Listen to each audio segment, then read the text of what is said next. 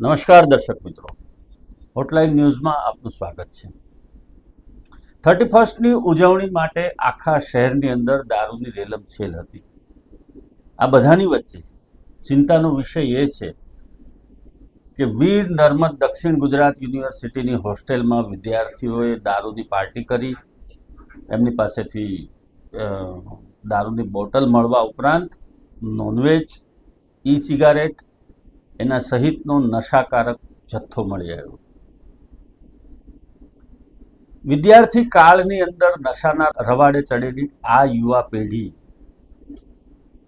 કઈ દિશામાં જઈ રહી છે, આ ચિંતાનો વિષય છે।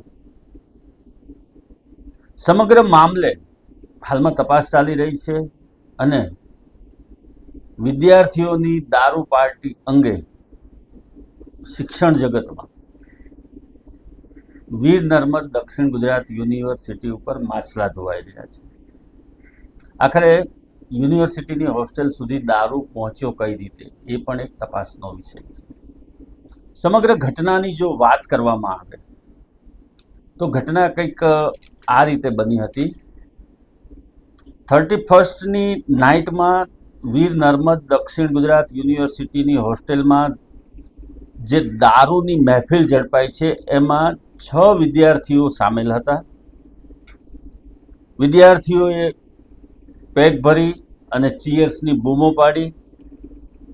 ચીયર્સની બૂમો પાડવાની સાથે જ ત્યાંના વોર્ડન સહિતના સિક્યુરિટી સ્ટાફ વગેરે દોડી આવ્યા અને રજિસ્ટ્રારે પોતે પણ રેડ કરી, જેમાં એક વિદ્યાર્થી ઝડપાયો અને બાકીના 5 નાસી છૂટ્યા। 4 વિદ્યાર્થીઓ મુખ્ય ગેટથી નાસી જાય એના માટેની વ્યવસ્થા પણ વોર્ડન દ્વારા કરવામાં આવી હોવાનું કહેવાય છે અને એક વિદ્યાર્થી પહેલા માળેથી કૂદી અને નાસી છૂટ્યો। જે વિદ્યાર્થી ઝડપાયો છે એની પૂછપરછ કરતા બાકીના વિદ્યાર્થીઓના તેમને નામ મળ્યા હતા।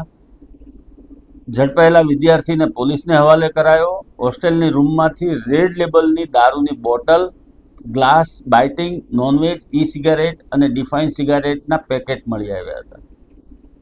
હોસ્ટેલમાં મનોજ તિવારી, નીરજ, અભિજીત, ઇન્દ્રજીત અને અન્ય 2 યુવકોએ દારૂની પાર્ટી કરી હતી, જેમાં મનોજ તિવારી ડિપાર્ટમેન્ટ ઓફ લોનો વિદ્યાર્થી છે, નીરજ રાઠી ડિપાર્ટમેન્ટ ઓફ જેએમસીનો વિદ્યાર્થી છે, અભિન્ન કોમદ ડિપાર્ટમેન્ટ ઓફ એમએસસી ફિઝિક્સનો વિદ્યાર્થી છે અને ઇન્દ્રજીતના ડિપાર્ટમેન્ટની હજી કોઈ સ્પષ્ટતા થઈ નથી। ભરત ઠાકોર અને સિક્યુરિટી ઓફિસર, ભરત ઠાકોર એ વોર્ડન છે હોસ્ટેલનો, એના ગયા બાદ આ સમગ્ર મામલે મેહુલ મોદીને તપાસનો આદેશ કરવામાં આવ્યો છે અને જે વિદ્યાર્થીઓ સીસીટીવી ફૂટેજમાં દેખાય છે એ પૈકી મનોજ નામનો જે વિદ્યાર્થી છે એ પહેલા માળેથી કૂદી અને નાસી છૂટ્યો હતો। આ તમામના બ્લડ સેમ્પલ ખાનગી લેબોરેટરીમાં ચેક કરાવવામાં આવ્યા હતા, જેમાં રિપોર્ટ નેગેટિવ આવ્યો, પરંતુ પોલીસે જ્યારે ઝડપાયેલા આરોપીના બ્લડ સેમ્પલ સિવિલ હોસ્પિટલમાં ચેક કરાવ્યા ત્યારે એનો રિપોર્ટ પોઝિટિવ આવ્યો છે। એના બ્લડ સેમ્પલમાંથી આલ્કોહોલ મળી આવ્યું છે। સમગ્ર ઘટના ગંભીર એટલા માટે બને છે કે વિદ્યાર્થીઓ જ્યાં રહીને અભ્યાસ કરે છે, પોતાના માતા પિતાને એમ છે કે દીકરા દીકરીઓને એમણે હોસ્ટેલમાં મૂક્યા છે, ભણવા માટે મૂક્યા છે, ત્યાં આ લોકો દારૂની મહેફિલો માણે છે અને ચીયર્સની બૂમો પાડે છે। 31st નાઇટની ઉજવણી માટે હોસ્ટેલમાં આ ચીયર્સ કાંડ કરવા પાછળ કોનો દોરી સંચાર હતો એ પણ એક તપાસનો વિષય છે। આ ઉપરાંત સૌથી મહત્વની વાત એ છે કે શિક્ષણધામ ગણાતા યુનિવર્સિટીની અંદર, એના કેમ્પસની અંદર દારૂ કઈ રીતે પહોંચ્યો, વિદ્યાર્થીઓનું ચેકિંગ કરવામાં નથી આવતું। શંકાસ્પદ વિદ્યાર્થીઓને ચેક કરવા જોઈએ। એમની પાસેથી સિગારેટ પણ મળે છે, ઈ સિગારેટનો જથ્થો પણ મળે છે અને હોસ્ટેલ સુધી નોનવેજ પણ પહોંચી જાય છે અને બાઇટિંગ માટેની પણ વ્યવસ્થા એ લોકોએ કરી લીધી હતી। યુનિવર્સિટીની હોસ્ટેલમાં જે પ્રકારે આ ચીયર્સ કાંડ થયો છે એ ખૂબ ગંભીર બાબત છે અને કુલપતિ સહિતના તમામે આ મામલે હાલ તો તપાસ શરૂ કરી છે, પરંતુ વિદ્યાર્થીઓની સામે હવે શું પગલાં લેવામાં આવશે એ પણ એક સવાલ છે. યુનિવર્સિટીની હોસ્ટેલમાં મારામારી જેવી ઘટનાઓ બનતી રહે છે, યુનિવર્સિટીની હોસ્ટેલમાં છેડતી જેવી ઘટનાઓ બનતી રહે છે.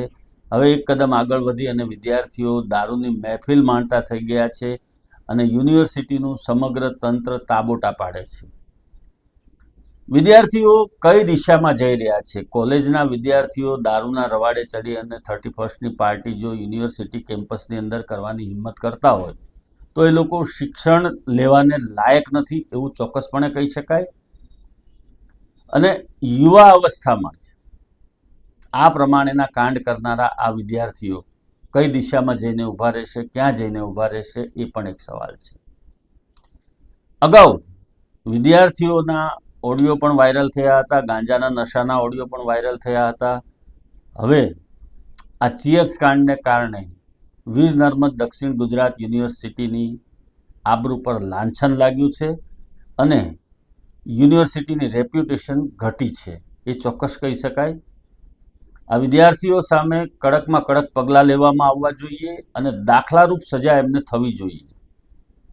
કેમ કે વિદ્યાર્થી કાળની અંદર જો આવા કાંડ કરતા હોય, 31st ઉજવણીને નામે યુનિવર્સિટીની હોસ્ટેલમાં જો દારૂ પીવાતો હોય તો એ ખૂબ ગંભીર બાબત છે અને આ મામલે યુનિવર્સિટીના સમગ્ર તંત્રએ મંથન કરી અને